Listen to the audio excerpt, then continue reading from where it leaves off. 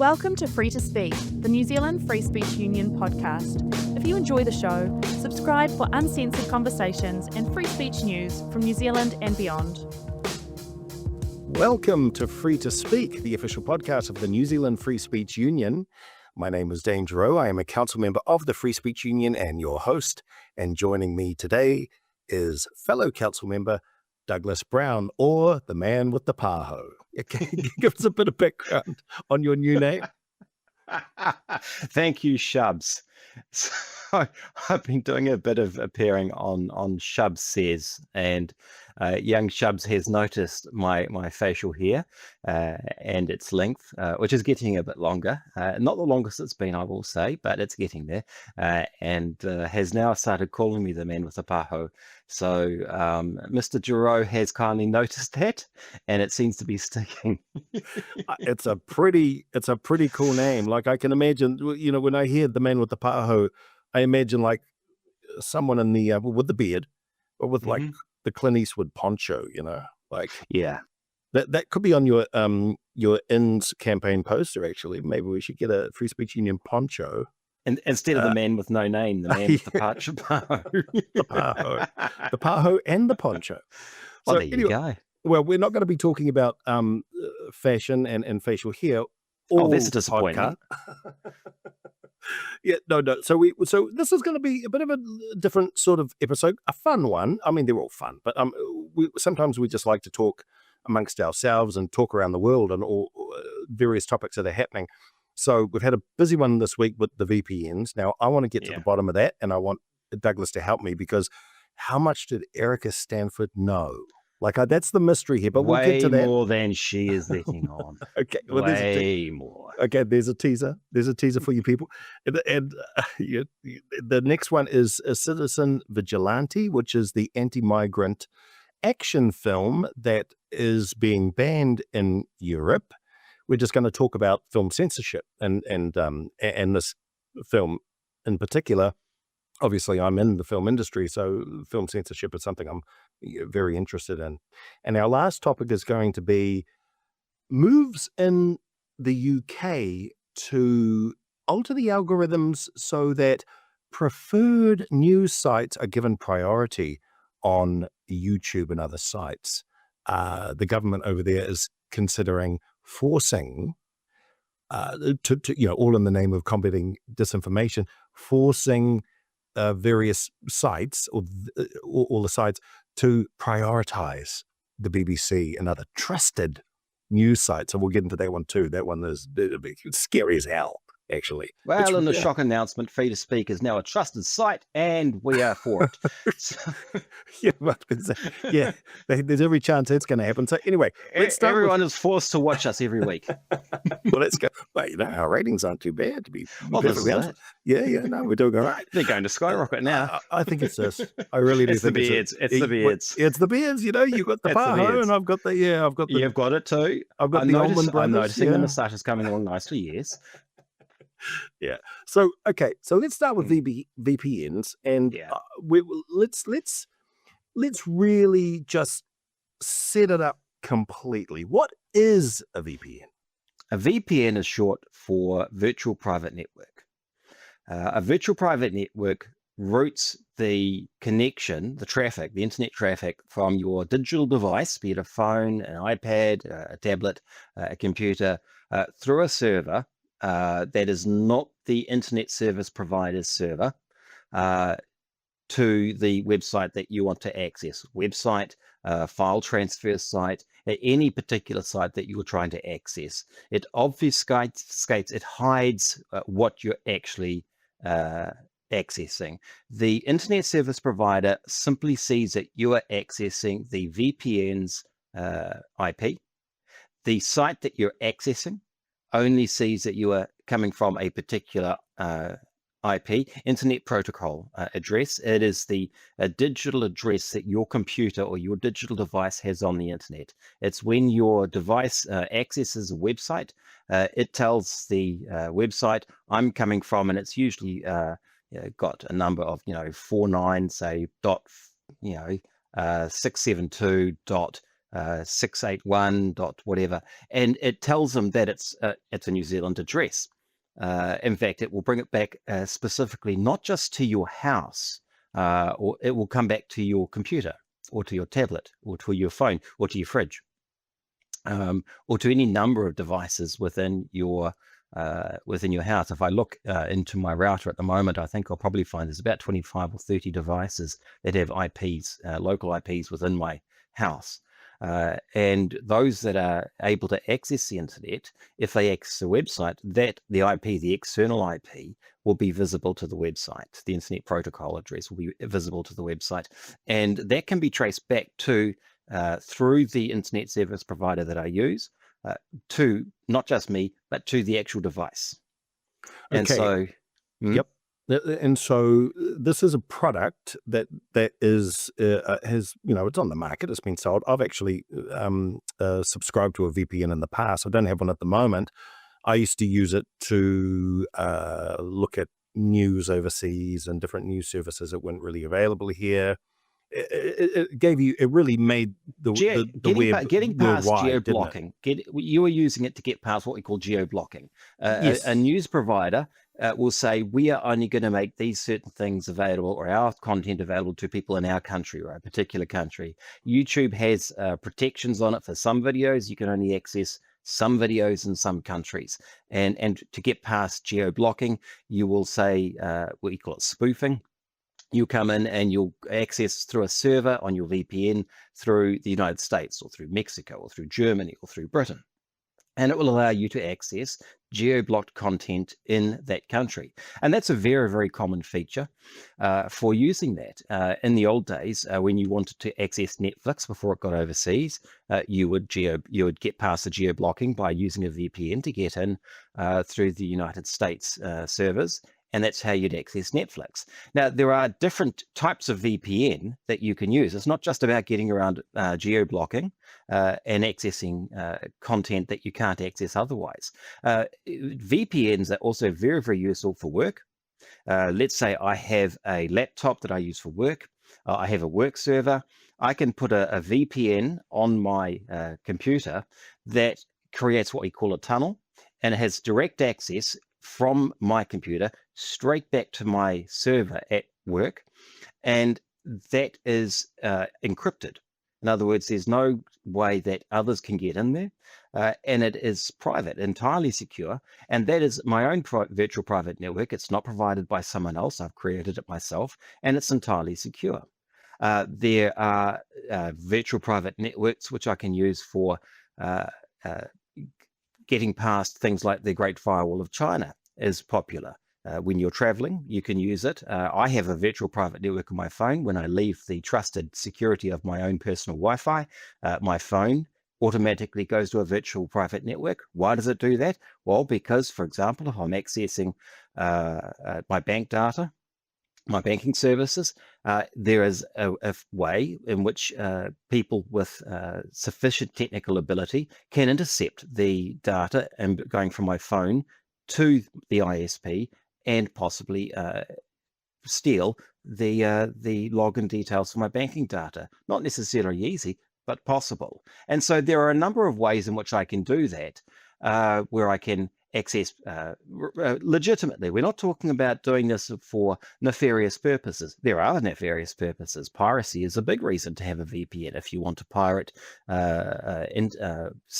material, if you want to pirate movies or TV programs, music was historically a large one. The old days of LimeWire that we used to have, and people used to be able to download lots and lots of music before people realized that there was something to be made from it. So let me just jump in. Yeah. Even geo-blocking, because when you sell a film, I've sold a couple of films in the past, and you do sell them territory by territory, right? Yes. So if you sell it to a territory and they're playing it on their local networks, then you are losing money when someone gets around the geo-block. Absolutely. Through what you're, so there is a little bit of shady stuff going on. People do use it for shady purposes, don't they? Oh, well absolutely. I kind of did. Well, it affects your royalties. Yeah. It affects your royalties, and Well, that's so part of so did Kim commerce. Dotcom just And quietly. so did Kim Dotcom, which is Yeah. why they're wanting to extradite him. Yeah. You know, the question with that, of course, is, should he spend the rest of his life in prison as a result, and can he get justice in the US? I have my doubts about that, but he's not exactly the most likable of people, so there's that as well. But that's But we can't let that get in the way. It's a bit like free speech. We can't let that get in the way.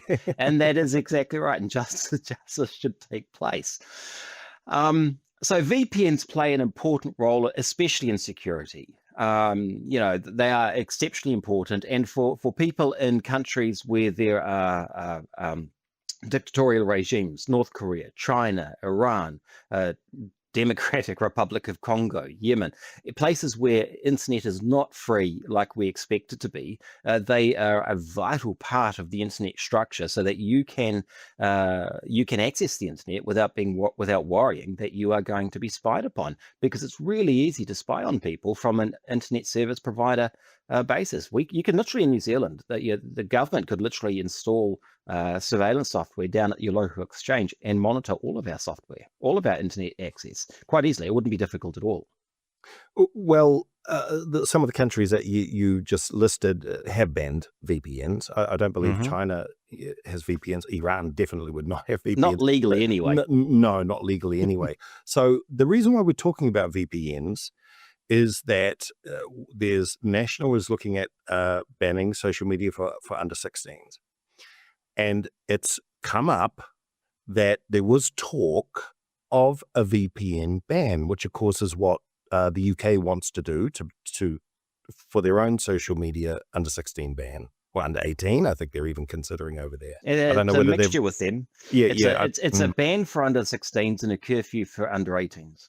Oh, a curfew. I don't know how they are going to manage that. No. How do you tell 16 and 17-year-olds, you can have social media, but not after 8 or 9 o'clock at night? Why is the government doing that? Because they're morons. Well, they're just creepy people. I mean, that's something a parent would do. I do that. I say to my son, get off the internet at 8 p.m. Not a government. They have this incredible self-belief that they can tell people what to do and people will do it. And all the evidence, it tells them they're wrong, but they still, go through believing that this is going to happen.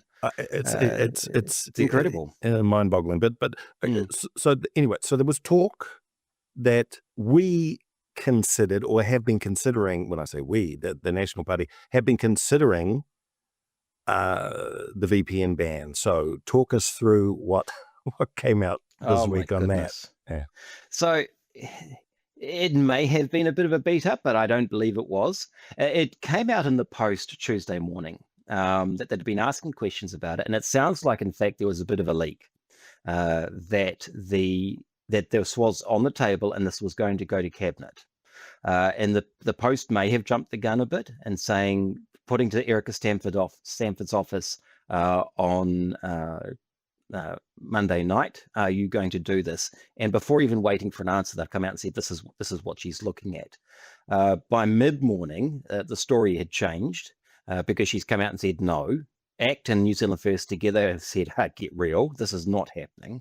And Erica Stanford is now doubling down and saying, oh, no, this was never going to happen, it's not on the table. I don't accept that. I think it was. And the reason I think it was is because in the report that the Education and Workforce Committee did on the issue of, hold on, I've got the title here, Inquiry into the Harm Young New Zealanders Encounter Online and the Roles that Government, Business and Society Should Play in Addressing those harms. That's the name of the report they did on this. Hell of a name. The term VPN came up 19 times. To be fair, only 6 times in the majority part of the report. But they actively mentioned that VPNs would have to be considered because they would be a way of getting around the ban. And so this was raised. What they said was, page 33, virtual private networks as a means to evade restrictions. We acknowledge there is well-founded concern that age restrictions on social media could be evaded by young people using VPNs. There is a very real risk of this in any situation where geo-blocking is the primary intervention. We recommend this is an area for further exploration by the regulator. And then they say, we are aware that online platforms may share our interest in limiting users' ability to use VPNs to bypass any restrictions on their platforms. Well, this is really politically terrible for her, isn't it? Because what the leak, if it's a leak, but even the story shows, is that to make this under-16 bill work, there have to be broad measures that are going to affect everyone. She can't do it without them. No, it's impossible. Technically, without affecting the entire population, that they can't have an under-16 social media ban. It's impossible. And so they're going to have to find ways to stop kids getting around it. And the only way to do that is to impinge upon everybody. That means forcing everybody to show their age, present identification documents proving who they are and what their age is, and potentially banning VPNs so that children can't get around the geo-blocking, which comes into this. There is going to be a lot of problems for Erica Stanford in implementing this policy because it's going to be onerous on all of us. But I mean, she's delaying the inevitable, isn't she? Because it's like, you know, the day of reckoning will come where we're going to be confronted with something, and the public is going to be looking at it and going, yeah, this is a shit. This is endangering the whole internet for everybody. The problem they've got is they're looking at the broad polling and saying this is popular. Okay, Dr. David Harvey noted in a column he's just done that the polling suggests that 64 to 75% of people say, yeah, this is a good idea. But as you know, Dane, we at the Free Speech Union have done polling, and it agreed. Yeah, 64% said, yeah, this is a great idea. But the moment you said, okay, this is how it gets implemented, that falls off a cliff, and suddenly nobody likes it because the concept's a good idea. Yes, social media can harm kids. We need to look after kids. We should have some protections for them. But the moment you say, well, yeah, it's going to infringe upon your rights, it's going to have gatekeeping in there, you're going to have to show who you are, what your age is, and it may even affect what you can access and how you access it. People say, no, I don't want that. That's not right. We should do it differently. And that's what I don't think the National Party has actually considered yet. They're looking at the broad brush of this, but they haven't looked into the detail. Yeah, the thing with polls is interesting, isn't it? Because a friend of mine made a Facebook post that was talking about trans rights and saying something like 70% or 75 or 80% of New Zealanders agree with trans rights. Of course. And I looked at it and it was like, should there be discrimination against trans people? That was the question. It wasn't, should there be male-bodied people in female prisons, sports, should you be forced to use pronouns? All these questions, of course, are different. Like, I've got a friend in Auckland who's an actor, and we were talking about this, and he said, oh, what's the problem, man? Yeah, he was going on about it. I said, what's a free speech problem for me? I mean, I got nothing personal against anyone. No. And he said, well, I'm not into the sport thing. I'm like, well, then you're on the wrong side of this debate, dude. You know? So, I mean, the polls, when people do polls like that, these questions really don't help them often. And it would have been that kind of thing. You've got to dig deeper. How do you implement this?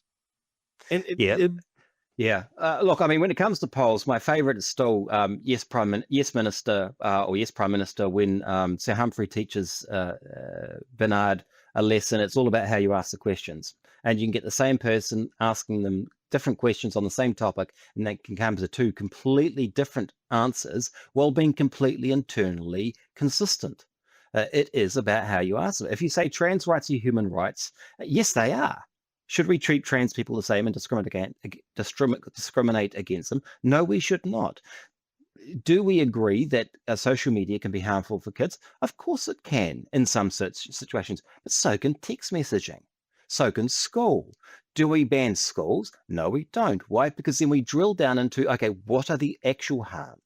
And it's when you get down into that and you actually start drilling down into what are the deeper questions, and then how do we actually, what are the effects of addressing those deeper questions? If we just said school's harmful for kids, yes, kids can get bullied at school.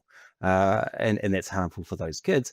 But do we close schools? No, we don't. We address the bullying. And it's the same with social media. If there's harms for social media, and there's still questions about that, but if there's harms on social media, the question is, how do we effectively address them? Is adding gatekeeping, is requiring people to show their ID and their age and forcing them to do that, is that the answer? No, it's not. This is a big fight. It's all about who controls communication, and it's I think it's going to get quite ugly for them. It's going to be bad, because once they start saying, and I suspect what they're going to do is they'll try and pass the bill without telling people how they're going to do it. Yeah. That's a danger. That's the danger. Well, that's what we're here for, though. Indeed. Indeed. So yeah. Let's move on to Citizen Vigilante. Oh my goodness. Okay, Citizen Vigilante. Okay, this is interesting. So a film was produced by a very schlocky German director called Uwe Boll. Is it Uwe Boll? Uwe Boll. Uwe Boll. Uwe Boll. Mm-hmm. He's done all sorts of crazy films, and they're not well made. I mean, I've directed before. Directing is really, really hard, because this is the way you got to look at directing, people. It's like making a puzzle, like a jigsaw puzzle, like a 1,000-piece jigsaw puzzle, but with a camera and shooting one puzzle piece at a time, and the overall image that you want to create is in your head. So, or you may have written storyboards and bits and pieces like that, but you're basically trying to create a jigsaw puzzle a piece at a time. You don't start with the big picture and then cut it out. You actually literally, so controlling tone and things like that is really, really tough. That said, as inexperienced as I am directing, I would make a better film than Uwe Boll. I just would. He's not a great director. But that's by the by. He's made a film called Citizen Vigilante. It is about a vigilante. Is a businessman. Have you seen it? I have not. Yeah, I've seen it. Sadly, it's about. I did consider seeing it for this podcast. I did. I really, really did. I may yet. I don't think people need to. It's not. I mean, yeah. Well, anyway, let me just set up the story a bit more. It's a baffling film. It's baffling, but so Armie Hammer, who's a cancelled actor, is sort of, this is like his comeback film, sadly. But I quite like him. He's a fantastic actor. Yeah. His Lone Ranger is a really underrated film. Like they did a big budget Lone Ranger in about 2014 or 2015. Yeah. Was that the one with Johnny Depp? Yeah, but no one knew the IP. I mean, the Lone Ranger's from the 40s and the 1930s. It was like no one. But if you ever get your hands on it, people, it's a romp. It's really, really good. So anyway, Armie Hammer plays a businessman, very wealthy, who's sick and tired of migrants in Europe, and sort of, he goes out and does a Charles Bronson on them. He's assassinating them and stuff like that. So that's the whole film. There's really nothing else in it of much interest beyond that. Death Wish, with Charles Bronson, actually does have a story. He's an architect. He's a pacifist. He gets pulled into it. You get no journey like that. The guy starts in the place that he finishes in this one. He didn't like migrants at the start. He just liked them at the end. Like, there's no journey to be had. There's no irony. There's no twist or anything like that. But anyway, it's been banned in Germany and I think a few other countries. Is that right? It was refused classification in Germany, which was an effective ban. Yeah. I don't know if other countries, if it was so much banned in other countries, but it certainly was disparaged in that respect. So yeah, I can't say. I didn't actually look whether it was banned in other countries other than Germany. Yeah, well, the controversy around it, I mean, it was going to be controversial anyway, but yes, Elon Musk, it was available free. which is where I saw it on Twitter for like a day or something like Yeah, that. a couple of Yeah, days. a couple of Yeah. days. Uwe Boll made it free. He made it free, and He made it Elon free. and Elon Musk retweeted it, He reposted it, did. He and did. of course, millions of people have seen it now. Yes.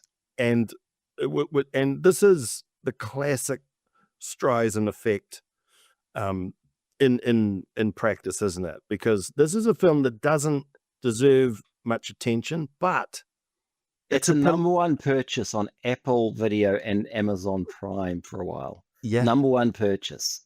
It would easily be the worst film ever made that is set in the number one spot. I would say, like, technically, it's just absolutely terrible.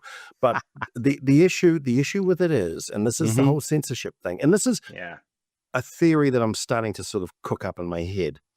It is impossible. It's actually impossible to ban things outright in a democracy.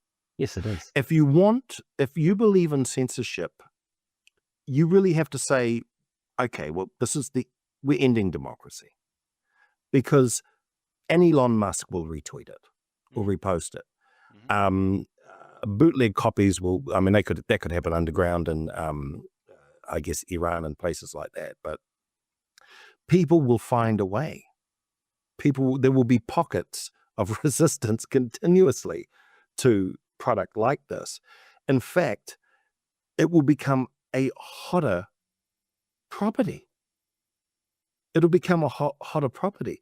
And one of the major reasons why it is such a hot property is because people clearly feel that they cannot express themselves on this issue. Yeah. And this issue is, and I'm pro-immigration, but this issue, and this is where we got to with Speak Up for Women being banned in the Christchurch Public Library, over the births, deaths, and marriages changes too. This was a government policy. Migration is a government policy. We have to keep remembering that. Migration is a government policy. It's not nasty words. It's not any. It's something that in a democracy you do have the right to talk about and question not if in you Germany. really want to. Not in Germany necessarily. Not in Germany. Yeah. Not in Germany. And the Germans have had a policy, the German state has had a policy for a number of years. The German term for it is multikulti, multiculture. And that is, Angela Merkel was the prime mover for a lot of that, and her party, the CDU, was the prime mover for that for a long time. And opposing it, which the mainstream parties didn't. Opposing it saw you labeled as a neo-Nazi. The Alternative for Deutschland, AfD, has been labeled that. They've been spied on by the German SIS equivalent, German intelligence services. They released a report last year, which had to be withdrawn very, very rapidly, saying they were basically a threat to German security because people laughed at basically off the face of the earth, saying you are ridiculous. These guys are politicians. They just disagree with you. This forms part of a backlash to the suppression of views that the German mainstream politician class has not liked. And when this happened, and when the German state, through the censorship apparatus, said, no, we're not going to allow this, and it may be distasteful, I don't know, it may be, the censorship process is not there to tell us whether something's any good. And just on that point, I'll note that Rotten Tomatoes is giving it 6% on the critics and 96% on the audience. So that tells you something. But the fact is that when that happens, the people do speak up. They do fight back. And that's exactly what happens in these sorts of situations. They create art. They do it in themselves. Themselves. And I mean, this has happened before, right? In our lifetime. Most recently, The Interview, of course, had its own sort of little minor hit because that was a Seth Rogen vehicle where they got hired to assassinate Kim Jong Il, I think. Not Kim Jong Un. And Sony refused to distribute it. because North Korea was leaning on them so hard. Well, there was And a then- leak, wasn't there? That There they, was, yeah. yeah. It was leaked, and basically where they had to the officers were, their burgled, private effectively. correspondence was leaked, and a lot of people thought. I don't know whether they got to the bottom of whether it was North Korea or not, but they were a little bit, nervous it was. about that. Yeah, of course. Are we going to get in trouble with it? But you can go back. I mean, Life of Brian. There's and people Life of should Brian. look for this too. There is a wonderful. I think it's Michael Parkinson. You'll find it on YouTube, but it's the Monty Python team debating Malcolm Muggeridge. Malcolm Muggeridge, yeah. Yeah, and the Archdeacon or the Anglican bishop, possibly at the time. I'm not quite sure. But it's a debate. You know, why did you make this film? It was denigrating our Lord and Savior. And John Cleese and everyone is getting. I mean, these guys are dusty, older priests, but there was a sadness to it when I watched that YouTube clip, because these guys knew that their days were kind of numbered. That religion was on the wane, like it was sliding down the hill fast and gaining momentum, and a film like Life of Brian, they saw as just yet another nail in the coffin. They got, and there was a desperation to it and a sadness.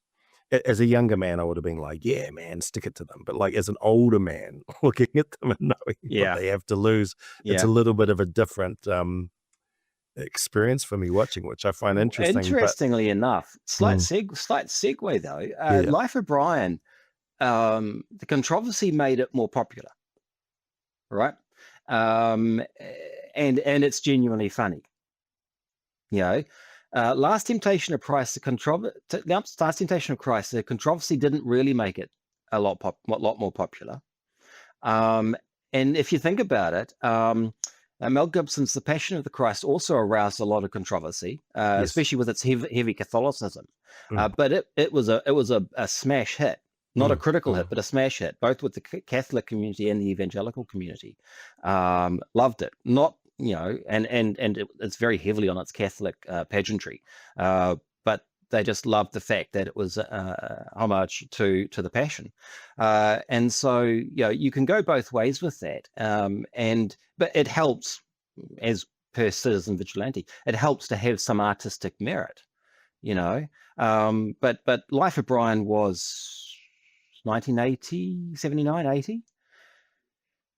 And so it was very much dependent upon cinematic release in that respect to have success. But there are some, and pre-Citizen Vigilante, and this is something I did want to mention, is the ability to go on the internet, to have piracy, to have downloads via the torrent sites, to have Elon Musk host it on X and allow Uwe Boll to make it free.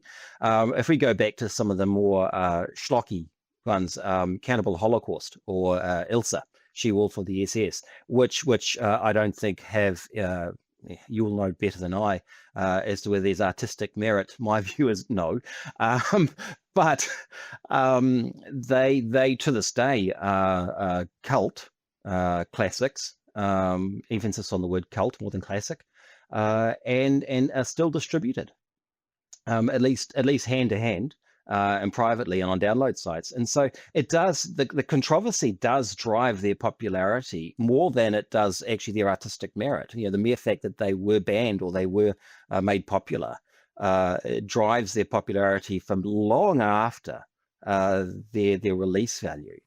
Well, I think it's like if I was a lot younger, knowing the kind of kid I was, I would have probably worn a Citizen Vigilante T-shirt around just for the fun of it, just to piss off old people. Absolutely. But I think that spirit doesn't necessarily go away. It can mutate as you get older, but a lot of people will it's a knee jerk to resist censorship. Can I just say, I don't think that attitude exists as much anymore. I don't see it. I don't see it. Well, what is polarization? But I don't see the No. Let me finish this thought. Okay. What is polarization? Because here's my theory. People say, oh, we need censorship because it's polarization or misinformation or that. No, other way around. It's like we have polarization because one side of the aisle wants to ban the other guys. That's why we have it. Censorship is actually at the root of a lot of the social divisions. And so the idea that it's going to heal them is almost a sick joke. And it's gaslighting, isn't it, really? Because, wokeness was a censorship project. That's what wokeness really was. Yes, it was and political correctness, which we used to call it before, way back when. Again, it was about power and censorship. Yes. That's what it was about. Yeah, it's cultural Marxism. And so in that respect, I struggle with that a bit, but carry on. It is. Well, Marx for me will always be about class and economics, and it's like if you change class to identity, you've got it in a nutshell. But then it's not Marx anymore; it's about identity. Of course, it is. The theory's still there. No, then to me, call it Hegelian dialectic. Well, it's more far right at that point, isn't it? No, it's still lefty. If you take out class and economics and you put race identity instead, that's not right. That's not right. That's far right. Nativist right. It's interested in hierarchies. It wants hierarchies. Well, we'll have to think about that because I don't class that. I don't class that as right way. I mean, I go back to the original French Revolution. To the French Revolution. The first thing, the French Revolution itself was incredibly nationalist and nativist in its own respect. So with that, I'm not one of those except that nativist or nationalist is right wing. And I point to Sinn Féin and the Scottish National Party as prime examples of very left wing national groupings. I'm not quite as easy with that. But it's interesting that, isn't it? Because it's like you'll see on X quite a lot of people will go, oh, this dickhead thinks that the Nazis were socialist. And they were. That. Well, no, this is the way I would look at all of these movements. If it's statist, yes, we got a problem. So to me, it doesn't really matter if it's Stalin, who was quite nationalist actually compared to Trotsky, and because of Georgian, yes, yeah. So but the other thing is like when you say, oh no, Hitler was completely on the right, anti-capitalist, collectivist, central planning, state control. Where's the right wing in that? Sorry, well, no. But the thing is with guys like that, or Gaddafi is the wildest example of a guy who's all over the map. Yes, he was. But they're not. Hitler's not making these statements, then going, "Oh, was that right wing enough?" And then getting out a little book and going, "Oh, no." It's whatever he thinks on the day. That's the whole point of a dictator. What they dictate. It is what everyone has to go. We're going to have to we're going to have to have a different conversation about this. Well, maybe we will. You know what I'm saying? So I think there are far right elements to wokeism. There is leftist elements. I struggle to call it progressive because to me it's not progressive. No, it's a lot more anti-modernist. No, it's not. No, it's definitely no. You're right now, and that's a very good point. It is very, very Luddite. Very Luddite. It is very anti-modernist, and this is the whole point of degrowth that they come up with. It fetishizes sort of this. Oh, goodness me, almost the late Middle Ages, pre-Enlightenment. They want to go back to sort of a mixture of pre-industrial revolution, but without the Enlightenment, and it's astonishing that I don't get that. But even environmentalism in the 1880s was quite conservative and right wing. Oh heck yes. The idea that this was because like Marx would have been about industrialization. He would have been like, let's get the factories and see. I have that about me, and people. I was on the RNZ panel. We were talking about it. It's like I'm like, mine, man, dig. Yeah. Is it gonna create 100 jobs in Greymouth? If it does, I'm for it. Why? Because I'm on the left. Workers, jobs, revitalize little town.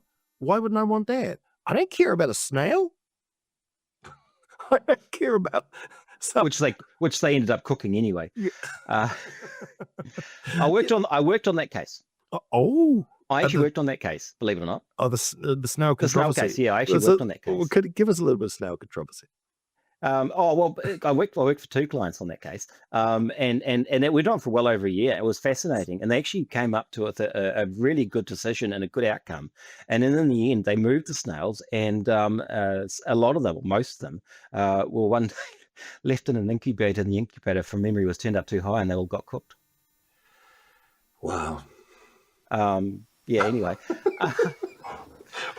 But we've deviated. We've deviated significantly from the topic. But the fact is that when people get sick of being told what to do and what to think, they will rebel, and we get that. And I want to come back because I mentioned Life of Brian and the interview, but I want to go back even further. Thomas Paine's The Rights of Man, right? And that was like 1790-ish. Okay, and that got his publisher convicted and imprisoned. He fled the country. He went to France. It was revolutionary France, 1791, 1792. He went to France. He was outlawed.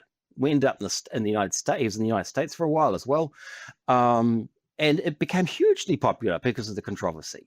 All right, not just what he said, because he was a real firebrand, and some of the things he said were quite radical, like over the top radical. And unreasonable, and weren't necessarily that popular, but because they attempted to prosecute him, because they outlawed him, it made it more and more popular. Even attempts to, for a long time, Parliament, it was prohibited to report on what happened in Parliament. And when finally the publisher of the North Briton, which is another name for Scotland, the publisher of the North Briton, started publishing some excerpts from what happened in Parliament, they prosecuted him, just made him more popular. And so there's been this right what way are you through. hiding? What are you hiding? Precisely. Yeah. Precisely. The Spycatcher affair. Remember Spycatcher in the 80s? And it was a former MI5 agent. I read the book. It was no great shakes. And he was prohibited from publishing it in the UK, so he published it in Australia. And it was a success, far more successful than it deserved, because of the court case against him under the State Secrets Act. It didn't tell us anything really new, because a journalist called Chapman Pincher had been printing similar stuff for years, but it made him very successful, and he published, sold millions of copies as a result. When the state tries to do this, it generally backfires. What we call, of course, the Streisand effect, because Barbara Streisand's tried to stop pictures of her home being published, and so everybody said, I've got to have pictures of that house. I got to look at that house. I've got to have pictures of that house. And so as a result, that's what happens. But the government needs to step out. The government needs to stop. And the Germans are finding the hard way. But what we're finding is that the Europeans especially are doubling down on this. They're not learning. No, they're not learning. They're not learning at all. And unfortunately, the Australians are not learning. In recent times, and their response to the Bondi massacre has been exactly the same. We have had a lack of social cohesion. We've had people saying bad things, so we're going to ban people from saying bad things. If the German censorship office or film classification office had simply given Citizen Vigilante the R18 rating or R16 rating or whatever it should have been equivalent, and said, there you go, it would have done nearly as well. No. And been nearly as well publicized. Well, that's the other thing. It's like sometimes, because that a ban is just going to make it popular. Why would they do it? Is it because the symbolism of no, we have to be clear to our people at least? Yeah, they can't help themselves. Stand for that. They just can't help themselves. No, they can't. It's irrational. Yeah. It doesn't make any sense. See, the thing with even Brian Tamaki, right? Like Brian Tamaki, flamboyant character, now he's on the migrant thing. He'd never have the oxygen if this had been a policy treated like any other policy discussion that people had been having for years. Exactly. Right? Now, people are going to get worked up about certain policies or not. Mm-hmm. I can't pretend there's never going to be emotion involved in it, and some people are going to act irrationally and want to shut others down, all this kind of stuff. But if we can get past ourselves and be a bit more mature about it and actually have the discussions, then these Baroque expressions of grievance that we're seeing from Tamaki or a film like Citizen Vigilante, they just wouldn't play because we'd all be talking about it anyway. Yeah. You know what I Yeah. mean? Like, and Yeah. it would be, and we'd have better policy. If you can't talk about a policy, you're not going to get the best policy, are you? Of course not. You're going to get what some squareheads think is the best policy, and people who are on the street and have to actually live with the consequences of a policy. If they're shut out of the debate, I mean, the policy will stink. It won't be good. And it won't be the popular policy. It won't be the popular policy we all agree with, or that most of us agree with. It'll be the one that the people who have control and can stop others speaking want. And so we walk away from the whole experience saying, well, do we really live in a democracy? Well, and it's a fair question. And this is what they're having to figure out in Germany right now. This is why the AfD is rising. And if you look at the breakdown in Germany, you'll see the AfD is very, very popular in the East, in East Germany, not so popular in West Germany, the old West Germany. But even then, the largest amount of harm that's been done is actually to the Christian Social Union, not to the Christian Democrats, which is interesting because the Christian Democrats are slowly starting to say, oh, maybe we actually need to be a bit more right-wing in this. And they can go further over because, of course, Christian Social Union, which is their Labour, don't feel able to be a bit as tough on migrants as the electorate may want them to be. So with all the hate speech laws they've got, and some of them, people defend Germany a lot and say, well, look at their history, look at the 20th century. Can you blame them? But yes, a far right party is likely to come into power there. So did any of this work? Those hate speech laws existed, but those speech laws existed before the Nazis took power. Then they didn't stop the Nazis taking power. Were those ones in particular though? They would have put new laws in. There would have been put new laws. They put new laws in banning people from expressing support for the Nazis. But most of the laws that in Germany, the police are using to prosecute people existed under the Weimar Republic. Which certainly between 1919 and about 1925, 26. I knew that. Was mostly left-wing sort of socialist, proto-socialist. But those speech laws come from well before the Nazi period. The Nazis exploited them to the hilt, and then of course Hitler ruled under the Führer decree. But there are laws against showing support for National Socialism. And expressing support and showing National Socialist symbols. But the main laws that are getting people, laws against mocking people online, laws against saying things against migrants or saying things against politicians and the like, those pre-existed the Nazis. Interesting. Yeah. Well, none of them are working. And none of them are working, except they get people's backs up. So in that case, maybe they are working. They are working. Maybe they are working. And if the AfD, and it's entirely possible that the next government may be an AfD CDU government, they may go because the AfD has an interest in getting rid of them. Yeah, and well, that would be landmark, wouldn't it? Huge. Because Germany's not a small fish as far as EU is concerned. Yeah. It's massive. Its economy is going downhill. Yeah. There's massive ructions going on. Yeah. And maybe the citizen vigilante thing is part of that change in willingness to start addressing issues in society and start having a conversation. And that's what, of course, the Free Speech Union is about. It's not about, is one idea right or the other idea right? It's about, we've got to have the conversation. Well, it's interesting that because all morning I've been watching this UK economist. He's a far left guy. Chloe Swarbrick met him when she was over. Gary moron. Gary Stevenson, right? Oh my goodness! Yes. Now, okay, he's a moron, but yes, he is. One of the reasons why I'm not an economist, so I'm not that. But so you're going to probably he thinks he is too. He thinks he is, but he's not. I'm terrible with money and numbers. Mhm. So you would probably be way more, well, everyone is way more savvy than me. So I listen to him and go, oh, he looks like a bit of a twerp. But to give him credit, he is interviewing some, to give him credit, he is sitting down with people on the other side of the aisle. People who disagree with him. Yes. And they are tearing him a new asshole, right? And it's really ugly.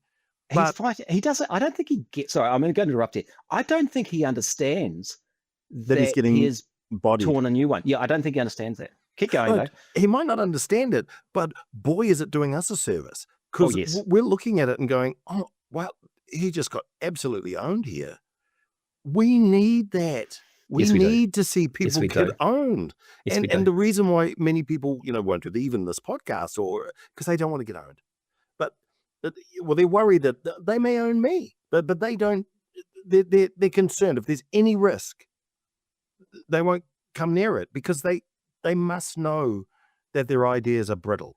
So what that says to me is that he does have conviction in what he believes. Yes, he does. And because of that, he's prepared to table his ideas against really smart people who disagree with him.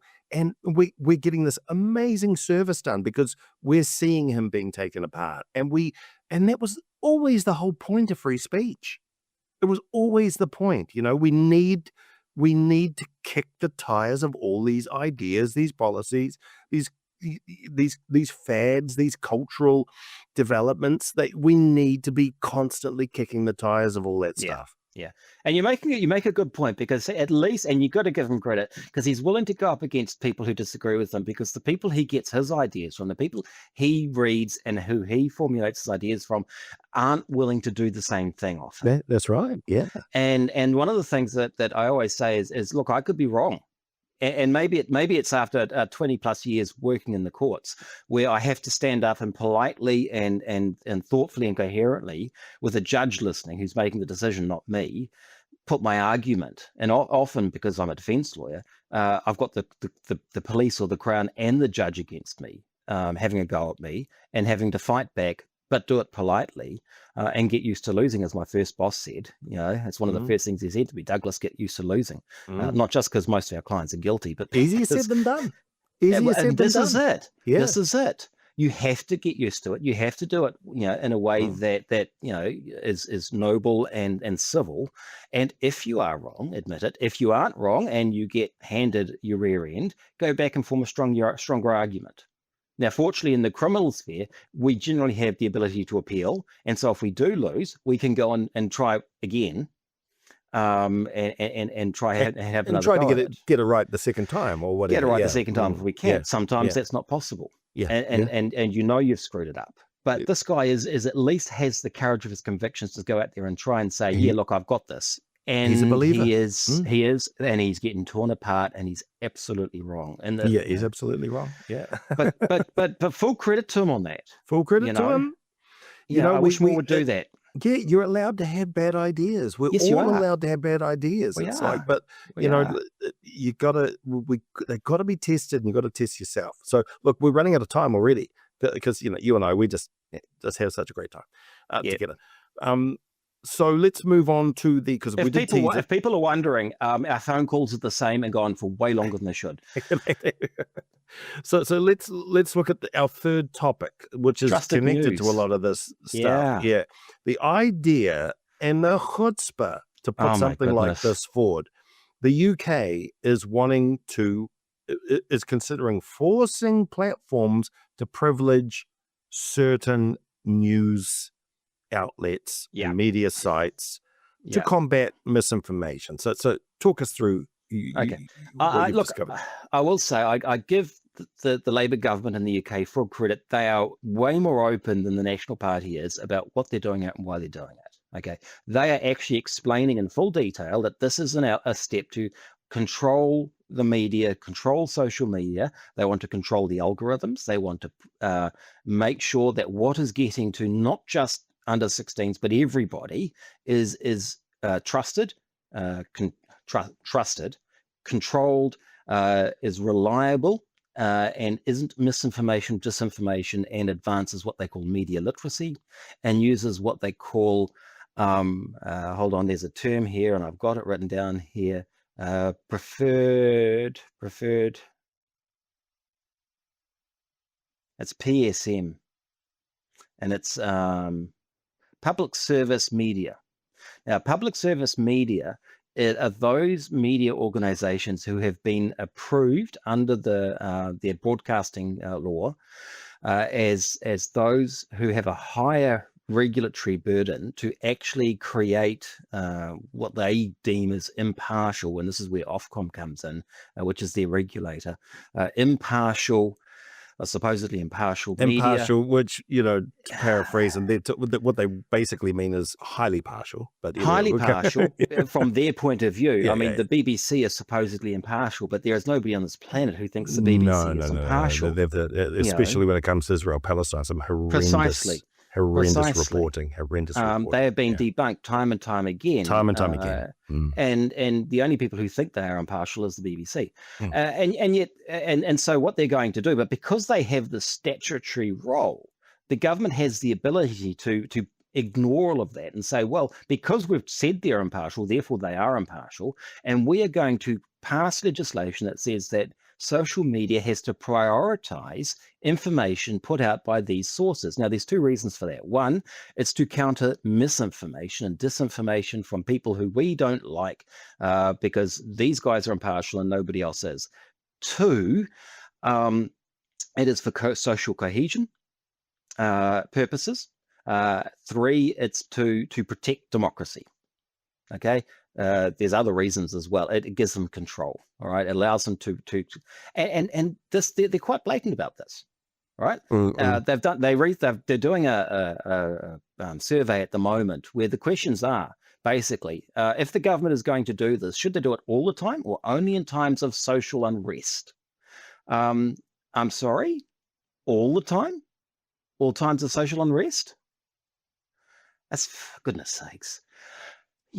Should the government control your information? So they're being quite clear about this. And so they will force basically the social media organizations to do this. Now, what they're saying is it could be that they will designate some of those social media organizations or parts of them. So it might be a YouTube channel, might be designated a public service provider or media organization.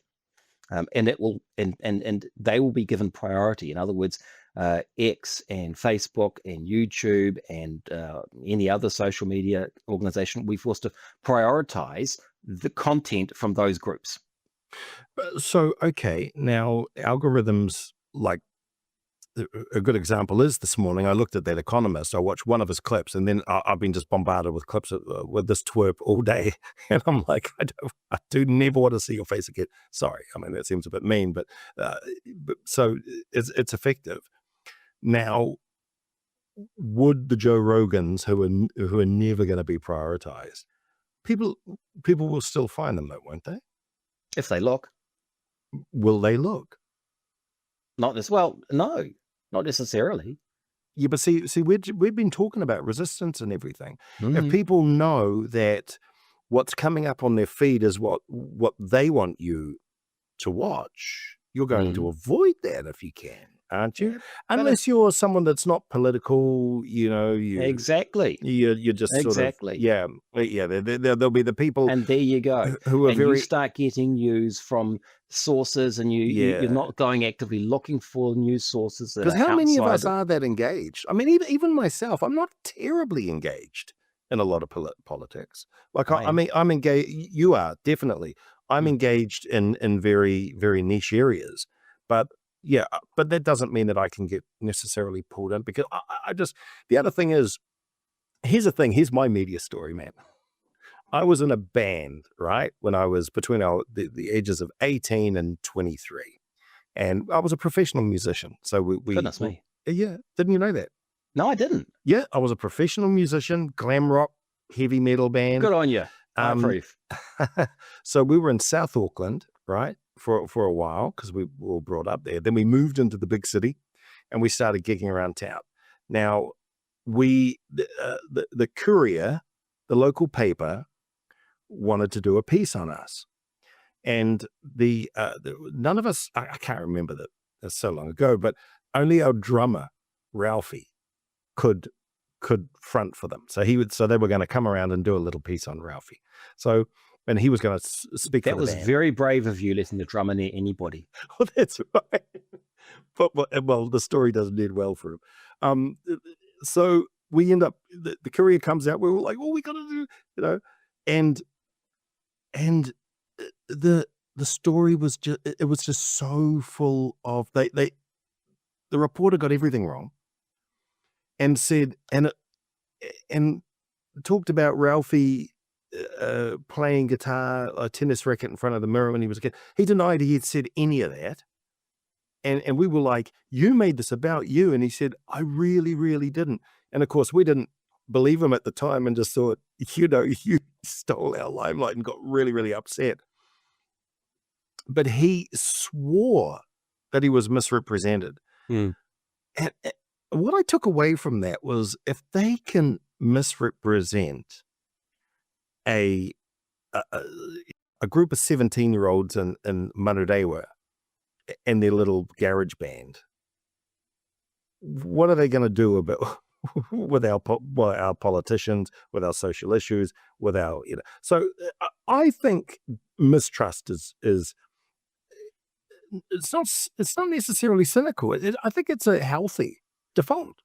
I have read reports of court cases, days in court, where I have been there all day as counsel. And I have wondered if the reporter was in the same room that I was in. And I knew that they were, because I saw them there. But what the reporter wrote was bore no resemblance to what actually happened. Yeah. Now, is that because two witnesses can have a very different take on things? Or is it like, I want my prose to hum a bit more? I think the reporter didn't understand what was going on. Didn't understand what was going on and had to present something? Yeah. Sort of went a bit absent, sort of nodded off a few times. They misinterpreted what was happening. Yeah. They wrote what they thought had been going on rather than what actually was happening. So not even bad faith. Not bad faith at all. No. They were doing their best, but they just weren't up to it. Yeah. No, and that's the problem with the news media. Well, it's all about emphasis. It's all about emphasis, and interpretation. Yeah. Yeah, and when the government starts saying, we prefer this news media to that news media, and we get this, we had the editor of Stuff doing a podcast the other day saying, people should be preferring, the legacy media. It's like, well, why? Well, who was that? What's her name? Who runs Stuff? No, the owner. Siobhan, is it? Siobhan, yeah. Siobhan Boucher. Boucher, yes. Boucher. Saying people should be putting more, because we've got the experience, we've got the knowledge, we've got the good faith. But the fact is that everybody makes mistakes. Everybody has an agenda. Everybody has their own, filters everything through their own thoughts. And a good spread of media is important. Well, see, that's interesting, because like I'm a documentary maker. Sinead Boucher. Sinead, yeah. I'm a documentary maker.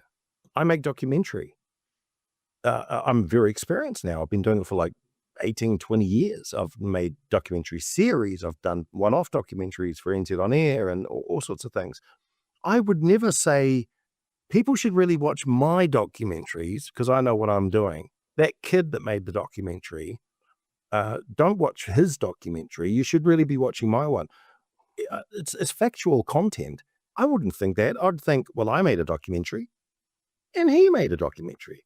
And it's good because now there are two documentaries and you can look at my one and you can look at his one and you can sort of make up your own mind. We're going to have very different takes on it. And that's the idea that I think my voice should be prioritized in the factual space is, I find just obnoxious. I'd never try to do that to people. Well, here's the UK government, right? Listen to this. A strong, trusted media and information ecosystem underpins a healthy democracy. Okay, sure. The democratic role of the media rests on its ability to provide reliable and accessible information, ensuring that diverse perspectives can be heard. Here we go. Citizens cannot easily make free and informed choices without a media based on shared and accurate facts. The government will therefore explore legislative options to establish a prominence regime specifically for trustworthy news content on social media, which is linked to but distinct to the wider prominence regime for PSM content. Citizens cannot easily make free and informed choices without a media based on shared and accurate facts. But the government is the one, the UK government is the one that's going to determine who has the shared and accurate facts. We're back to the podium of truth. Yeah, that's exactly what it is. And we are. And I don't think it'll fly. But no. Look, I've got to wrap this up because this is going to be one of the most epic podcasts that we've Good luck with your editing. Yeah. I'm going to try to leave it all in. I think we did some good work here. So I've enjoyed it. Yeah, no, I've had a great time. Okay, well, fantastic, Douglas. We'll update you all on how some of these topics are going. We might do a few more of these because as much as I love having experts and other guests and people outside of the union to come on and share their thoughts and expertise, it's always good just to have these sort of free, what do you call it? Freewheeling conversations as well. And I know that I always love listening to podcasts like that, so I might not make a few, but yeah. Okay. Well, thanks, Douglas, and we'll speak again soon. It's been fun. Thank you for listening to Free to Speak. If you enjoyed this episode, please subscribe and consider sharing the podcast with others. We release new episodes regularly, and subscribing is the easiest way to stay up to date. If you have any questions, feedback, or suggestions, you can contact us at podcast@fsu.nz. If you want to find out more about the New Zealand Free Speech Union, visit fsu.nz.